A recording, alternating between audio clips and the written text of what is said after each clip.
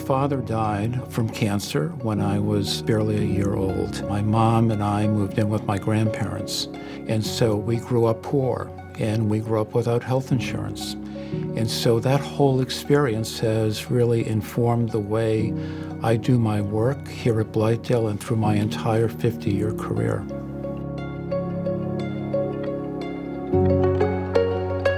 Larry is a very unique combination of traits in a leader, and I think he has always been focused through his entire career on medically fragile kids and their families. Mom was a pediatric nurse for over 40 years, and she shaped who I am today and my sense of purpose devoted to children's health. I also interned for Senator Kennedy when I was 19 years old. I had a front row seat to watch how Medicare for All was enacted back in 1971. And that experience of hearing from poor people, elderly, families, people of color, immigrants, really developed my own sense of what people need. These children deserve the best. And while they're getting the best medical care, we need to provide a facility that is second to none. I hope to see Blythedale continuing to be at the forefront of pediatric medicine, providing the best patient care, the best research, conducting the best teaching of the next generation of pediatric specialists, and also to advocate for all children. Larry's always trying to touch more lives and always trying to figure out, how do we do more? How do we do bigger? How do we impact more people? I wanted to devote my career to helping the most vulnerable segment of our society. They can't speak for themselves. Blythedale's always been at the forefront of the change in pediatric medicine. And so when I came here in 1999, I had to continue that legacy. We were not in the building where our patients are now. We had 4 kids in one room with one television set, parents staying at every bedside, and it was just very, very different. When we started working on the new building, that really just changed the game for Blythedale. I was able to create a vision for the hospital that basically transformed a traditional rehabilitation hospital into a hospital that dealt with medically complicated children.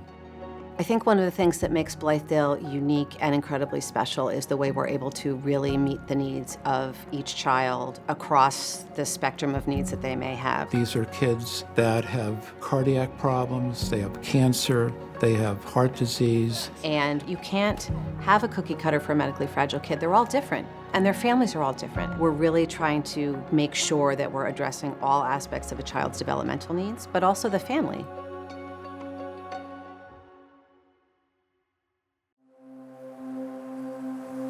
The families and the children at Blythedale Children's Hospital are extremely resilient and courageous. I've never known a set of people to be this brave, that face enormous medical, physical challenges. It was a total surprise to us. I actually went into labor at my baby shower at 32 and a half weeks.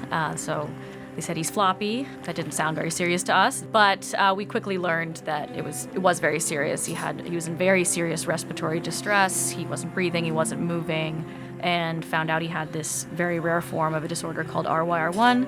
And we did all the genetic screenings during pregnancy, and it's so rare that it doesn't come up on anything. RYR1 only affects the skeletal muscles. It's actually not his lungs, just his muscles are so weak that he wasn't able to breathe on his own.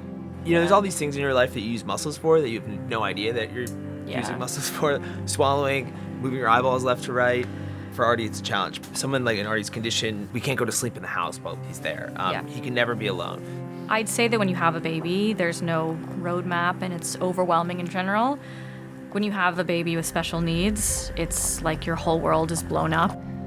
So for children like Artie that are coming out of a NICU and have very extensive needs, many times families have not really been able to even handle their child. And so when you come to Blythedale, one of the first things that happens is you're going to have a lot more opportunity to do that. Artie had never seen the sun until he came here.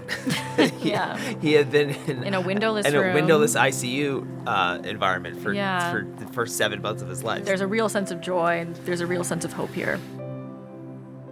I'm gonna be the main event, like no king was before.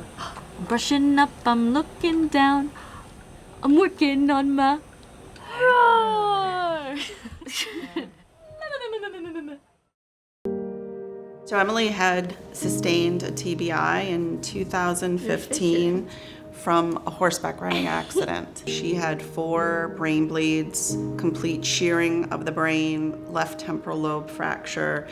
She was not able to speak, and she was paralyzed completely on the right side. We knew that she would have a long recovery. We felt completely out of control. Blythedale was incredible with us. As soon as we got here, I will never forget this, one of the teachers came up to her room and she said, Emily's gonna start school tomorrow.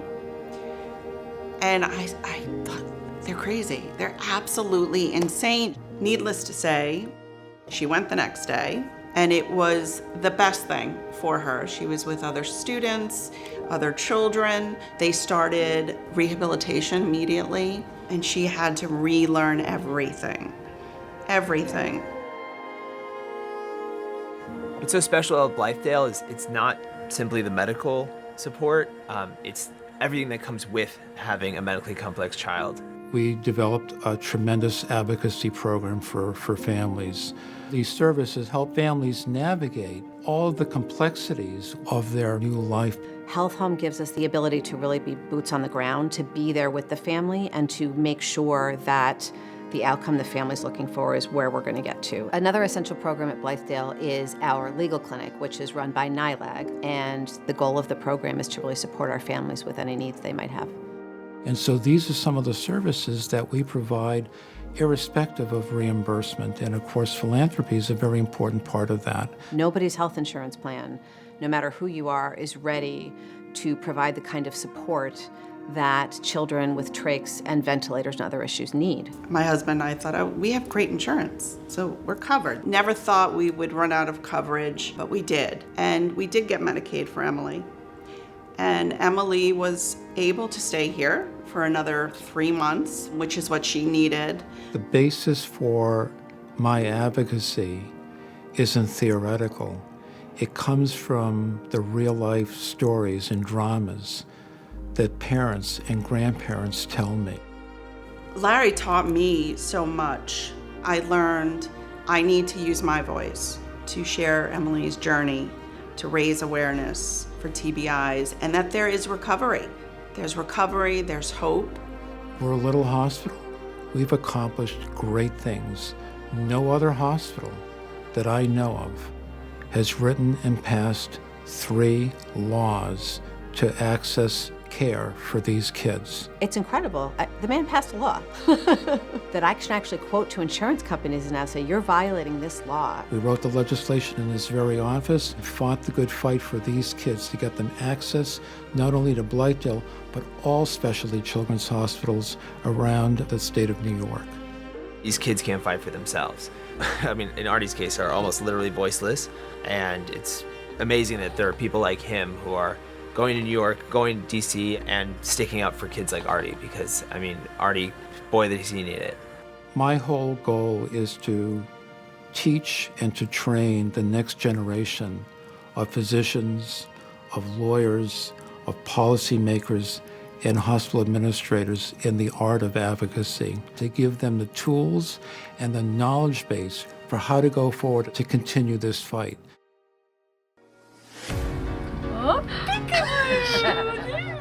We've seen him just improve leaps and bounds here. I really credit the doctors here with realizing that he did need time to grow here specifically, not in an ICU. I remember the first time he reached up and grabbed Macy's face. And now, I mean... We took a picture of it. Yeah, we took a picture of it because we couldn't believe it. Oh my God, he lifted his hand above his face. Yeah. Oh, you got my nose, you got my nose. Everyone was like so welcoming and opened their doors all the time. They made it so kids just feel at home. They would have rec every night so kids could just get together and have fun and just be normal kids. We didn't see the wheelchairs, we didn't see the leg braces, we didn't see any of that. Like there's a kid learning to ride a tricycle yesterday. Yeah. Through the hallway. So I was on a cute. call and he just like went through the background. Yeah. You see something amazing every day. We do an enormous job of not only getting the kids well again and restoring their health, but we also train the parents how to take care of their child when the child goes home. So we've done a lot of training here for Artie. You know, we have an educator here who has taught us how to do everything from trach CPR to changing his G-tube to like even just basic stuff like diapers and bath time, which for Artie, bath time is really hard because he can't move at all. A slippery baby is already like hard to handle, and he's a slippery baby with neuromuscular disease, so it feels like really dangerous every time you lift him out of the bed. We don't want you to just be competent, we want you to be confident and that you know how to troubleshoot in an emergency, and that's the opportunity that we have here at Blythedale. What about our first time putting him in the stroller? Oh yeah. That was this summer. Yeah. Really scary, but they walked us through it, and now we do it Every day. Yeah, every day. Emily has this beautiful voice, and I credit it to Blythedale because she came here, she couldn't speak. So the fact that she is singing now, it's incredible. I probably sing as much as I talk. Oh, you definitely sing more than you talk. It's been a privilege of a lifetime to work in an institution like this and to have such an enormous impact on thousands of children and families that have come here. People do tell us like, oh, you'll forget all of this. This will be in the past. So like, I don't want to forget this place. I think this is like now become a huge part of who we are and a huge part of his life. So at this point, like we're Blythedale parents forever. It's really the place that made us feel like a family again. I came into the hospital like not like being able to do anything. Yeah. But then when I left, I was walking, talking, cheering. We're breaking out. She only had a 10% chance of recovery. So it's pretty remarkable in that 4.5 months here, just what occurred. When you give money to Blythedale Children's Hospital, you are making an enormous direct impact on every child's life that we take care of here.